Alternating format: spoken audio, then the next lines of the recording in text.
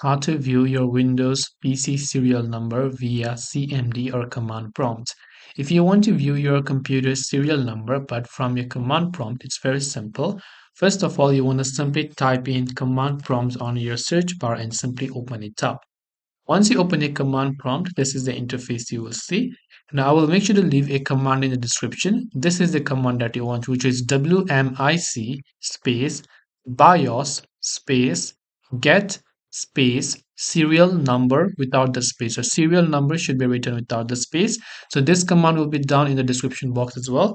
Just make sure to copy the command, come to command prompt and paste it, and just hit the enter button, and just right there you'll be able to find the serial number of your computer via command prompt. So this way you will be able to find your computer command prompt via serial number. If you have any questions, feel free to leave them down. Thank you for watching till the very end of this tutorial, and as always, see you soon in our next video.